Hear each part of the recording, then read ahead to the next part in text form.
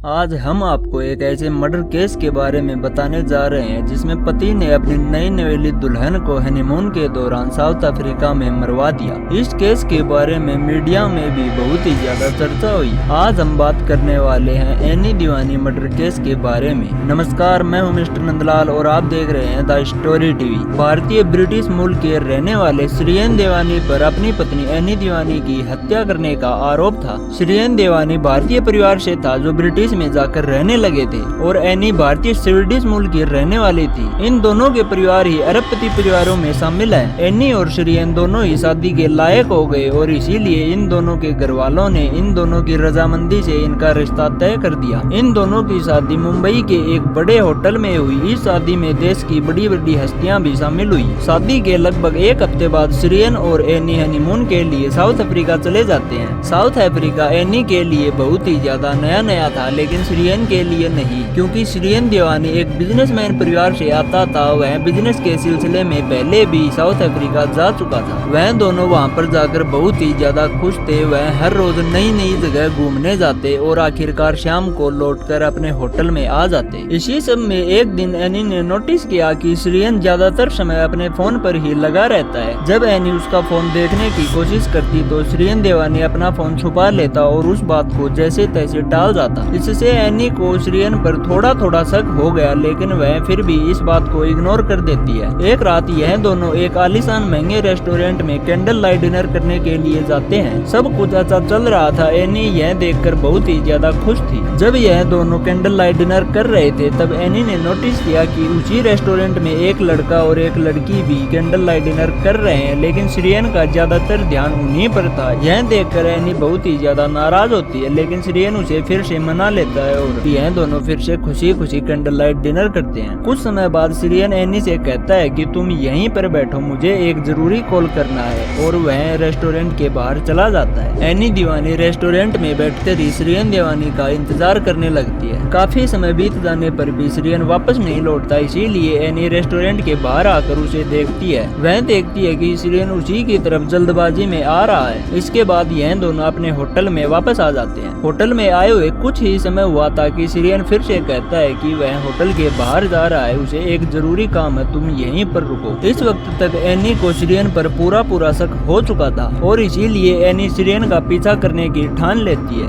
वह देखती है कि श्रीएन होटल से निकलकर होटल की पीछे की ओर चला गया। एनी भी उस होटल के पीछे की ओर चली जाती है तो वह देखती है कि श्रीएन वहाँ पर किसी से गले लगा हुआ है और वह उसे चूम रहा है। जब एनी यह सब कुछ देखती है तो उसे बहुत ही ज्यादा गुस्सा आता है और वह वहाँ से जाने लगती है। जब एनी वहाँ से जा रही थी तो श्रीएन ने उसे देख लिया। अब श्रीएन बहुत ही ज्यादा डर जाता है कि उसकी पत्नी ने उसे ऐसा काम करते हुए देख लिया, वह सभी को बता देगी। इसीलिए श्रीएन एनी को समझाने के लिए उसके पीछे पीछे चला जाता है। कुछ देर पीछा करने के बाद श्रीएन एनी तक पहुँच जाता है और वह उसे रोक कर समझाने लगता है। उन दोनों का झगड़ा चल ही रहा था कि उनके पास एक कार आकर रुकती है। उस कार में 3 लोग बैठे हुए थे। वह तीनों कार से नीचे उतरते हैं और बंदूक के दम पर उन दोनों को अपनी गाड़ी में बैठा लेते हैं और उन लोगों का किडनैप हो जाता है। 2 दिन बीत जाते हैं। एनी और श्रीएन का कोई अता पता नहीं था। एनी और श्रीएन के घर वाले भी उन दोनों के गायब हो जाने से बहुत ही ज्यादा परेशान थे। उन्होंने जब उस होटल में कॉल किया जिसमें वह दोनों ठहरे हुए थे तो होटल वालों ने बताया कि वह दोनों 2 दिन से वापस होटल नहीं लौटे हैं। इससे उनके परिवार वाले बहुत ही ज्यादा घबरा जाते हैं और वह साउथ अफ्रीका में पुलिस रिपोर्ट कर देते हैं। 2 दिन बाद श्रीएन अपने घर वालों को कॉल करता है। जब घर वाले उससे पूछते हैं कि तुम लोग 2 दिन से कहाँ गायब हो तो श्रीएन बताता है कि मुझे किडनैप कर लिया गया था। मैंने किडनैपर को पैसों का लालच दिया, इसीलिए उन्होंने मुझे छोड़ दिया, लेकिन उन्होंने मुझे बताया कि उन लोगों ने एनी को गोली मार दी है। हम दोनों को अलग अलग जगहों पर रखा गया था। इसके बाद जब यह बात एनी के घर वालों तक पहुँचती है, जब उनको पता चलता है कि एनी की हत्या कर दी गई है तो वह तुरंत साउथ अफ्रीका के लिए निकल जाते हैं। वह एक हाई सोसाइटी केस था, इसीलिए पुलिस भी उस केस में अच्छी तरह से लगी हुई थी। एनी के घर वालों ने साउथ अफ्रीका की पुलिस पर दबाव बनाना शुरू कर दिया। पुलिस ने सीसीटीवी फुटेज के माध्यम से उस कार के ड्राइवर का पता लगा लिया। उस कार के ड्राइवर का नाम था जोला टोंगो। जब पुलिस जोला टोंगो से पूछताछ करती है तो पहले तो वह कुछ नहीं बताता, लेकिन जब पुलिस उसे आशीर्वाद देती है तो वह सब कुछ उगल देता है। जोला टोंगो ने अपने 2 साथियों के नाम भी बताए। उनमें से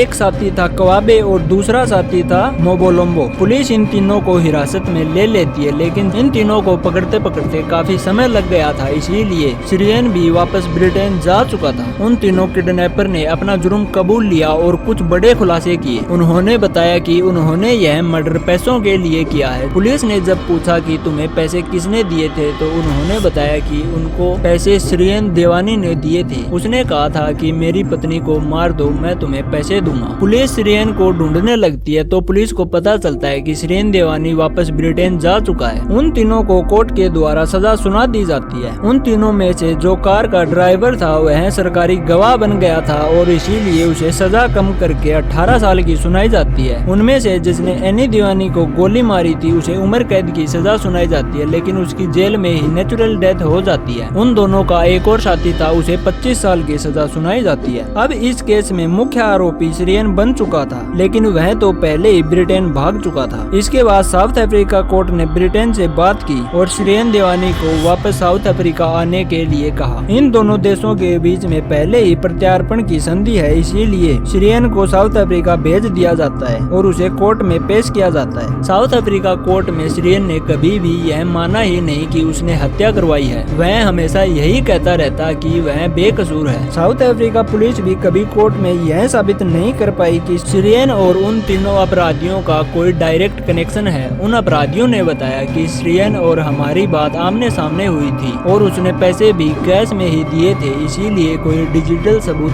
था ही नहीं। साउथ अफ्रीका कोर्ट में यह जरूर साबित हुआ कि उस घटना वाले दिन इन दोनों की लड़ाई हुई थी। तो सिरियन देवानी ने अदालत में एक बड़ा खुलासा किया। उसने बताया कि वह एक बाइसेक्सुअल है, यानी गे है। उसने बताया कि ब्राजीलियन मूल के एक युवक के साथ उसके समलैंगिक संबंध थे। वह भी साउथ अफ्रीका आया हुआ था। उसके साथ जब वह गले लग रहा था तब उसको एनी देवानी ने देख लिया, इसीलिए हम दोनों की लड़ाई हुई थी। साल 2014 में साउथ अफ्रीका की कोर्ट के द्वारा सिरियन को सबूतों के अभाव में बाइज्जत बरी कर दिया जाता है। आज भी बहुत से लोग मानते हैं कि इस केस को पैसों के बलबूते पर कमजोर किया गया। एनी के घर वालों ने बताया कि उसने हमें गे होने की बात कभी बताई ही नहीं। अगर हमें पहले पता होता तो हम कभी भी उसकी शादी एनी से नहीं करते। आप इस केस के बारे में क्या सोचते हैं, क्या राय रखते हैं, कमेंट बॉक्स में जरूर बताएं। आप देख रहे हैं the story TV. Thank you, धन्यवाद। चैनल को सब्सक्राइब करना ना भूलें।